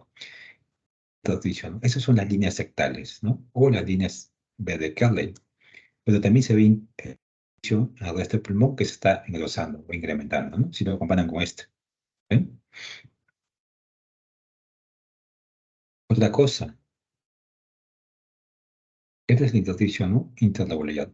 El intersticio peribronquial es este. Miren aquí, miren los hilos pulmonares. ¿Cómo son los hilos? Los hilos se ven casi relativamente simétricos, relativamente definidos, ¿no? No son muy grandes, ¿no?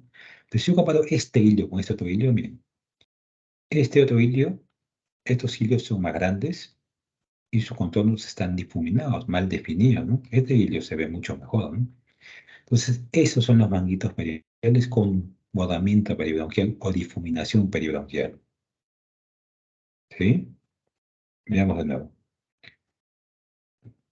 No hay nada, el intersticio se ve bien. Aquí, en este paciente que ya empieza a tener edema intersticial, veo líneas horizontales, ¿no? Compatible con engrosamiento del intersticio interlobular, ¿no? De forma amplia, ¿no? Pero se hace más evidente en la región periférica. Aquí, miren, este paciente, ¿no? Los hilos pulmonares se ven bien, ¿no? En cambio, en este otro paciente, ¿no? Si ustedes ven la diferencia, aquí es más ancho, el corazón se ve más grande, ¿no?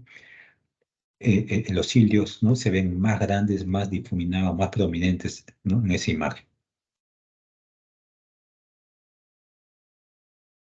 ¿Eh? Eso es un hallazgo característico. Por ejemplo, ese es un paciente típico con edema intersticial. Primero, en esta radiografía de tórax frontal, se ve que es un paciente cardiópata porque usa marcapaso, ¿no? Ese es un marcapaso en el metatarso izquierdo, ¿no? Con una unicameral, ¿no? Miren aquí, el corazón está acá. Miren el intersticio, miren estas imágenes lineales que se ven aquí. No es consolidación, es intersticio. Es intersticio, hay unas líneas. Miren los cilios. Miren estos cilios grandes, prominentes, mal definidos.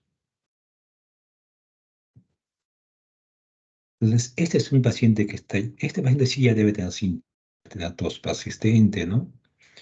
Entonces es la primera etapa, ¿no? El paciente llega, ¿no? Con ya clínica, ¿no? Está en una etapa de congestión intersticial, ¿ya? Aquí señalan todos los hallazgos que les he mencionado, ¿no? El engrosamiento del intersticio interlobular, dado por estas líneas, ¿no? Los manguitos, el hilio prominente, ¿no? Manguito peribronquial con bordamiento de sus contornos, ¿no? Miren, esta es una imagen gráfica normal, cómo se ve la cisura apenas si se nota, ¿no? Y a cambio aquí, en esta paciente que ya está congestionado, se empieza a ver mejor la cisura mayor, ¿no? Esta es una imagen tomográfica para que vean cómo se ve el intersticio. Miren, normalmente el pulmón es así, como esta zona, ¿ven? No se ve nada, ¿no? En cambio, aquí ya se ven unas líneas, ¿no? Este es el intersticio. Son los ganglios pulmonares secundarios donde se ve la pared del intersticio engrosada, ¿no? Entonces, aquí ya me dicen que hay un engrosamiento intersticial hacia esta zona, ¿no? Aquí hay unas tenues áreas de mayor densidad en relación a vidrio esmailado, ¿no? Recuerden que les había dicho vidrio esmailado, ¿no? Aparecía, ¿no? Y engrosamiento del intersticio, ¿no? Interlobular, ¿no? En tomografía, ¿no? Esa es la etapa de edema intersticial, ¿ya? Finalmente llegamos a la etapa, ¿no? Más severa, ¿no? En la cual bien el paciente llega, ¿no? Llega con mucha dificultad respiratoria a la emergencia, ¿no? Mucha tos, mucha dificultad, ustedes lo ocultan, ¿no? Escuchan roncantes, crepitantes, ¿no? Entonces, y el paciente lo saturan, ¿no? Está desaturando, ¿no? Entonces el paciente va directo, ¿no? A shock trauma quizás, ¿no? O ya es un caso bastante grave, pues, ¿no? Pues en este tipo de pacientes no hay, como les dije hace un momento, hay una fuga continua de líquido alcalino que el drenaje linfático no va a poder compensarlo, ya no puede compensarlo, ¿no? Entonces, la fuga de líquido hacia los alvéolos, ¿no? Es la etapa de devalvular, ¿no? Hacia los alvéolos y hacia el espacio pleural, apareciendo aquí la efusión pleural, ¿no? La efusión pleural. Entonces, miren aquí, ¿no? Vamos a ver primero aquí y volvemos, ¿ya? Este es un paciente clásico, ¿no? Clásico que viene en la emergencia ya, ¿no? Con una dificultad respiratoria severa, ¿no? Está desaturando, ¿no? Quizás esté cianótico, ¿no? Mucha tos, traído por los familiares, ¿no? Entonces este paciente, miren aquí, su mediastino está ensanchado. El corazón, ¿no? Se ve un poco más grande de lo normal. Aquí hay unas consolidaciones, ¿no? En las regiones medias de ambos pulmones, unas consolidaciones periliares o peribronquiales o en alas de mariposa. El intersticio está incrementado, está, ¿no? Ensanchado, ¿no? Ensanchamiento intersticial, ¿no? Paciente con consolidaciones, ¿no? Este es el paciente, ¿no? Está monitorizado, ven aquí, ¿no? Este paciente llega, ¿no? Ingresa a la emergencia, ¿no? Con disnea muy severa, por insuficiencia cardíaca aguda, ¿no? Pues las consolidaciones periliares, ¿no? Con broncograma son los que me dicen que este paciente ya está en un compromiso significativo, ¿no? Un compromiso significativo. ¿Ya? Miren, ese es el paciente que llega a la emergencia y ese es luego de darle tratamiento, ¿no? Aquí se le da al paciente diuréticos, se le maneja, ¿no? Le da soporte y el paciente mejora, ¿no? Miren, este paciente que llega aquí, ahora está aquí, ¿no? Esto, miren el mediastino, ¿no? Miren el corazón. El mediastino es mucho más pequeño, el corazón con consolidaciones, ¿no? Entonces hay una mejora significativa, ¿no? Entonces hay varios hallazgos, ¿no? Como le dije, el pedículo vascular ensanchado, distribución de flujo, ¿no? Corazón grande, ¿no? Las consolidaciones, ¿no? Todo eso vamos a guardar, ¿no? Luego el tratamiento. Paciente, chicos, miren, otro paciente, ¿no? Viene un paciente, ¿no? A la emergencia con un edema alveolar, ¿no? Este paciente llega con disnea severa a la emergencia, ¿no? Pero lo que yo veo es primero lo que veo es que este paciente tiene aquí, ¿no? Ha sido operado, ¿no? Acá hay unos ciclos metálicos. Entonces esto me dice a mí que este paciente ya tiene un antecedente, ¿no? De cirugía cardíaca, ¿no? Entonces, el medicino está ensanchado, veo consolidaciones aquí, ¿no? Veo intersticio incrementado, ¿no? Este paciente está siendo monitorizado, veo aquí, ¿no? Todo el dispositivo de monitoreo externo. Este paciente llega a la emergencia, ¿no? Muy comprometido. Este es el paciente y luego el tratamiento, ¿no? ¿Ven la diferencia? Miren, mismo paciente. ¿Ven? Pues estas imágenes son muy características de este tipo de paciente. Entonces uno tiene que saber reconocer este tipo de paciente cuando llega a la emergencia, ¿no? Entonces ustedes, cuando se enfrentan a este tipo de pacientes, tienen que tener muy en claro ciertas cosas, ¿no? Por ejemplo, sus antecedentes, ¿no? ¿no? Sus antecedentes, ¿no? Preguntando al paciente, ¿no? Si ha tenido alguna cirugía previa cardíaca, alguna dolencia, alguna medicación previa, ¿no? O toma algún medicamento. A veces el paciente no sabe que tiene ni insuficiencia cardíaca, pero cuando usted le pregunta qué toma, se dan cuenta que sí tiene insuficiencia cardíaca, ¿ya? Y llegan con este tipo de síntomas, ¿no? Entonces, cuando ustedes le hacen una imagen radiográfica, ven al paciente comprometido, definitivamente este paciente va a ir a hecho trauma, ¿no? O a una unidad de cuidados intermedios, ¿no? Por la severidad del compromiso, ¿no? Donde se va a ser tratado, ¿no? Y va a mejorar, ¿no? Mejora bastante este tipo de paciente. Muy bien. Eso es lo que le quería hacer para esta clase, chicos. A ver, ¿alguna pregunta?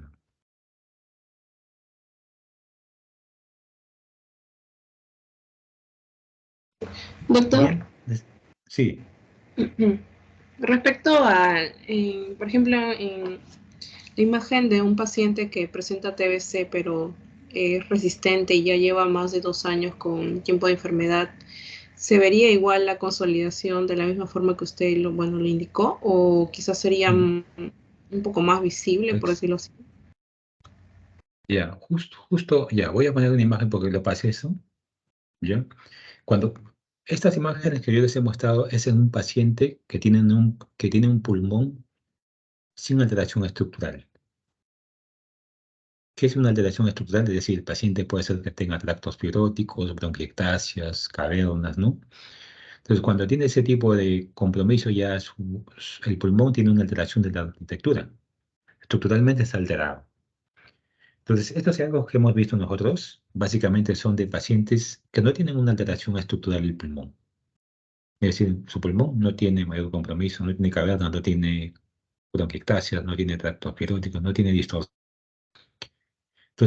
Entonces, cuando yo tengo un paciente, por ejemplo, que ha tenido tuberculosis, y si este paciente ha tenido mucha secuela me refiero a cavernas, bronquiectasias, una cavidad, entonces la consolidación van a tener una representación diferente. La consolidación no va a afectar a esa zona que tiene alteración de la estructura. Es decir, si supongamos que el lóbulo derecho esté totalmente con bronquiectasias, cavernas, ahí no va a haber afectación. La afectación quizás va a ser en el pulmón sano, ¿no? En el pulmón que no esté comprometido. Entonces, puede ser que el paciente con TBC me haya dejado una secuela en la región peribronquial, ¿no? Y hemos visto, entonces, en la región peribronquial no va a estar comprometida en la insuficiencia cardíaca, va a estar comprometida en otras regiones sanas, ¿no? Entonces, va a variar. En el paciente con tuberculosis o cualquier paciente que tenga una alteración estructural, va a variar la localización de los hallazgos. Los hallazgos van a tender a presentarse en este tipo de pacientes en la parte del pulmón que esté relativamente sano. ¿Ya? Eso es un punto, una interesante pregunta porque muchas veces en la emergencia llegan pacientes con tuberculosis o antecedentes de tuberculosis o que han sido lobectomizados o que han tenido, ¿no? O una secuela quirúrgica por otra causa. Y muchas veces uno, ¿no? El residente o quien esté acá busca, ¿no? Pero a mí me han enseñado que son consolidaciones periliares, acá no hay, entonces no es.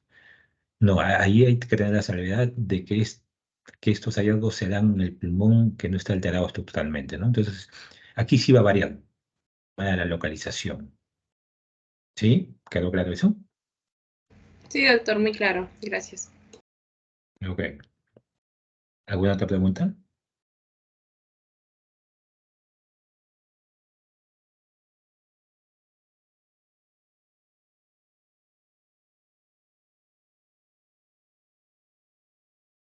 ¿Nada, chicos?